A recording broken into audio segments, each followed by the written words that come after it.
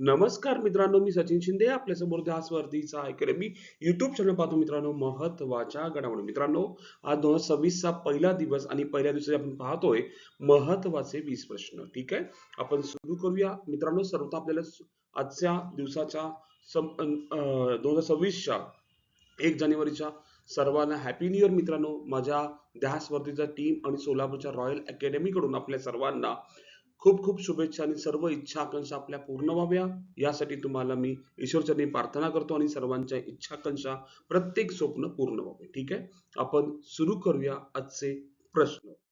मित्र हो, कालचा प्रश्न असा होता, BWF वर्ल्ड टूर फायनल्स 2025 सात्विक व चिराग कोणते पदक घेतलेले आहे? याचं उत्तर होतं, लक्षात असू दे, कांस्य पदक घेतलेलं आहे. आजचा पहिला प्रश्न, NTCA ने गुजरातला टायगर प्रेझेन्स स्टेट म्हणून मान्यता कोणत्या अभयारण्यामुळे दिली? तर ह्याचं उत्तर आहे रतनमल महल अभयारण्य, ऑप्शन नंबर 3. डिटेल पाहूया आपण. गुजरात टायगर्स प्रेझेन्स स्टेट दर्जा देणारी संस्था नॅशनल टायगर कन्व्हर्सेशन अथॉरिटी. 33 वर्षांतर मान्यता 1989 नंतर प्रथमच. ठिकाण होता दाहोद जिल्हा, रतनमहल अभयारण्य. वैशिष्ट्य, सिंह, वाघ, बिबट्या सेने देशातील एकमेव राज्य. भौगोलिक स्थिती गुजरात मध्य प्रदेश सीमा. भविष्य, ऑल इंडिया टायगर है ना इस्टिमेशन्स 2026 मध्ये गुजरातचा समावेश करण्यात आलेला आहे. म्हणजे गुजरातला टायगर प्रेझेन्स स्टेट दर्जा देण्यासाठी मूळ कारण काय होतं? रतनमहल अभयारण्यामुळे मिळालं. असं हा पण एक पॉईंट खूप महत्वाचा. आपल्या सर्वांना माहिती आहे की टायगर प्रेझेन्स स्टेट गुजरात आहे, पण कुठल्या अभयारण्यामुळे आलं हे सुद्धा आपल्याला माहित असणं आवश्यक आहे. दुसरा प्रश्न, ग्लोबल चेस लीग 25 कोणत्या शहरात आयोजित करण्यात आली आहे?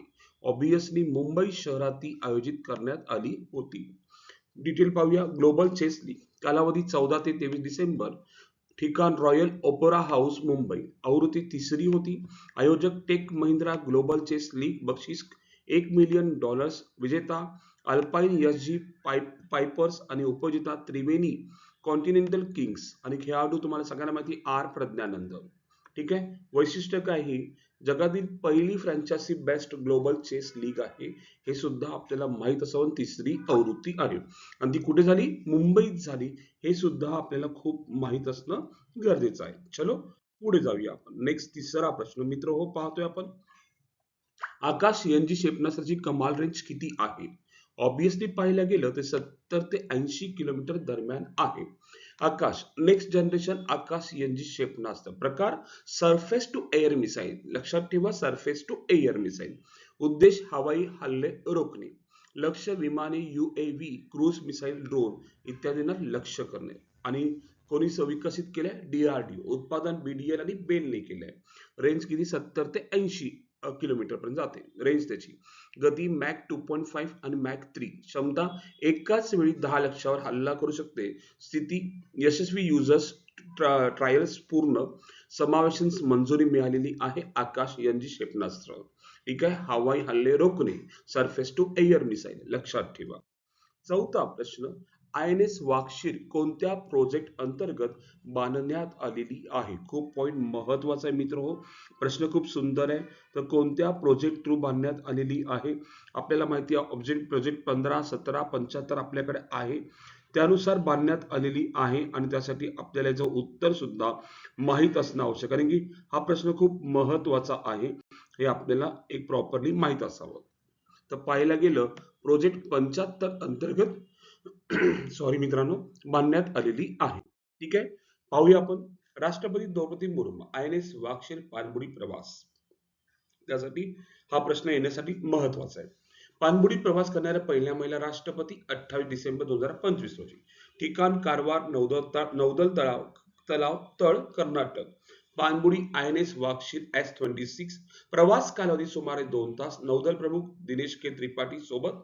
पूर्वी APJ अब्दुल कलाम 2006 INS सिंधुरक्षक मध्ये होते, पण INS वाक्षीर मध्ये पाहिलं गेलं पहिल्यांदा द्रौपदी मुर्मू है ना. तर काय होतं हे पाहूया. INS वाक्षीर बद्दल. कलवरी क्लासच्या आहे. प्रोजेक्ट 75 मध्ये 6वी व शेवटची पाणबुडी. वाक्षीर समुद्री मासा संबंधात. ब्रीदवाक्य तिचं वीरता, वर्चस्व आणि विजय. लक्षात असू दे, वीरता, वर्चस्व आणि काय विजय. ओके, चलो पुढे जाऊया आपण. पाचवा प्रश्न मित्र हो, पाणबुडीतून प्रवास करणाऱ्या भारताच्या दुसऱ्या राष्ट्रपती कोण? लक्षात ठेवा, ऑब्विसली पाहायला गेलं तर दुसऱ्या राष्ट्रपती कोण असं आपल्याला विचारलेलं आहे. म्हणजे पाचवा प्रश्न लगेच त्याच्या अनुषंगाने मी घेतलेला आहे. उत्तर आहे द्रौपदी मुर्मू. लक्षात ठेवा, द्रौपदी मुर्मू. सहावा प्रश्न मित्र हो, ग्रीन टू गोल्ड उपक्रम कोणत्या राज्याने सुरू केला आहे? ग्रीन टू गोल्ड उपक्रम कोणत्या राज्याने सुरू केला आहे? याचं उत्तर आहे हिमाचल प्रदेशने सुरू केला आहे. ठीक आहे. सातवा प्रश्न, 20वे विद्रोही मराठी साहित्य संमेलन फेब्रुवारी 26 मध्ये कोणत्या ठिकाणी होणार आहे? उत्तर आहे नांदेड मध्ये होणार आहे. आणि 99वे अखिल भारतीय मराठी साहित्य संमेलन सर्वांना माहिती आहे मित्र हो, सातारा मध्ये होणार आहे. पुढे आठवा प्रश्न, सुपर कंडक्टिंग मॅगलेव ट्रेनने 700 किलोमीटर प्रति ताशी वेगाचा विक्रम कोणत्या देशाने केलाय? म्हणजे अशी ट्रेन आहे की 700 किलोमीटर पर ने जाऊ शकते, तर कोणत्या देशाने केलाय? त्याचं उत्तर आहे चीन देशाने हा रेकॉर्ड ब्रेक केलेला आहे. 700 किलोमीटर पर ने गाडी जाऊ शकते. पुढं नववा प्रश्न मित्र हो, पॅसेंजर्स असिस्टन्स कंट्रोल रूम है ना, PCAR कोणी सुरू केला आहे? खूप पॉइंट महत्वाचा आहे हा पण प्रश्न. ऑब्विसली आपल्या इथे सर्वात जास्त गर्दी असते ती म्हणजे रेल्वेज, आणि कोणी सुरू करणार? मग रेल्वे मंत्रालयाने सुरू केलाय पॅसेंजर असिस्टन्स कंट्रोल रूम, म्हणजे PACR असं तिला म्हणतात. पुढे 10वा प्रश्न, RPREX 2025 सराव कुठे आयोजित करण्यात आला? मित्रांनो, ऑब्विसली एखादा मुंबई भरती करणाऱ्या पोराला खूप महत्वाचं आहे किंवा महाराष्ट्रात कोणती एक्झाम आहे त्यासाठी महत्वाचं, किंवा देशात सुद्धा. तर उत्तर आहे जर मुंबई शहरात सुरू करण्यात आलेला आहे RPREX. लक्षात ठेवा. ठीक आहे.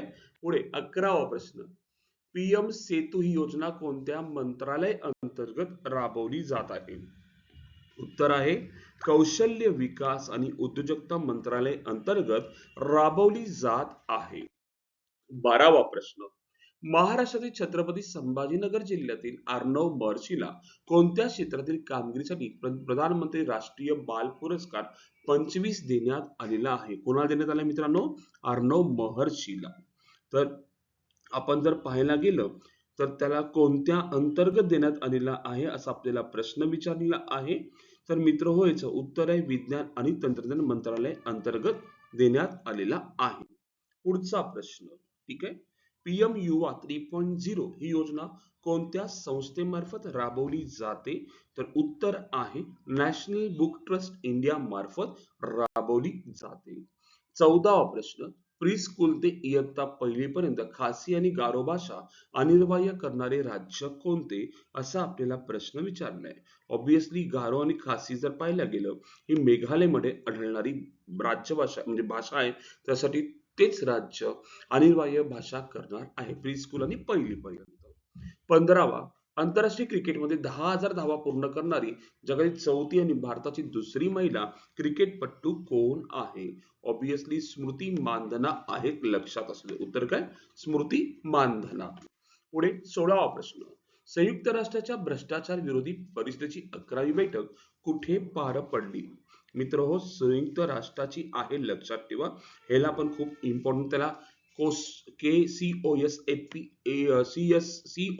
11 म्हणतात, हे पण लक्षात असू दे. दोहा कतार मध्ये पार पडली आहे. नेक्स्ट मित्र 17वा प्रश्न, दहशतवाद विरोधी परिषद 25 कुठे आयोजित करण्यात आली होती? मित्र थोडस इथे चुकलेला पाठ आहे. ठीक आहे, हार्दिक सिंगच्या ऐवजी आपण न्यू दिल्ली करूया इथे. ठीक आहे, ऑप्शन जरा चुकलेला आहे, लक्षात ठेवा.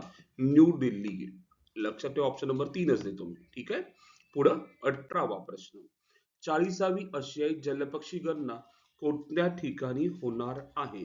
तर गोदावरी मुहाना कोरिंगा अभयारण्य आंध्र प्रदेश मध्ये होणार आहे 40वी आशियाई जलपक्षी गणना. पुढे 19वा प्रश्न, प्रधानमंत्री ग्राम सडक योजनेचा 25वा वर्धापन दिन कधी साजरा झाला? तर उत्तर आहे 25 ऑक्टोबर 2025 रोजी तो साजरा करण्यात आलेला आहे. मित्रांनो, 25 ऑक्टोबर नाहीये, 25 डिसेंबर आहे. लक्षात असू दे, 25 डिसेंबर आहे. ठीक आहे, उत्तर काय मित्रांनो? 25 डिसेंबर. लक्षात ठेवा. ठीक आहे. पुढे 20वा प्रश्न, अटल स्मृती न्यास सोसायटीचे अध्यक्ष म्हणून कोणाची निवड करण्यात आलेली आहे? एम व्यंकय्या नायडू यांची नियुक्ती करण्यात आलेली आहे. आणि सर्वांसाठी आजचा प्रश्न, पाचवी राष्ट्रीय मुख्य सचिव परिषद कोणाच्या अध्यक्षतेखाली सुरू झाली? ऑप्शन आहे आपल्या समोर, द्रौपदी मुर्मू, अमित शहा, नरेंद्र मोदी, राजनाथ सिंह. आपल्याला कमेंट मध्ये उत्तर सांगायचं आहे. उत्तर काय असणार आहे? आणि पुन्हा एकदा सर्वांना नवीन वर्षाच्या शुभेच्छा मित्रांनो, माझ्या ध्यास स्पर्धेची टीम आणि रॉयल अकॅडमी सोलापूर कडून. ठीक आहे, आज आपण इथेच थांबू. उद्या 26 दुसरा दिवस आपण दररोज सकाळी 6:30 वाजता भेटू. धन्यवाद. थँक्यू.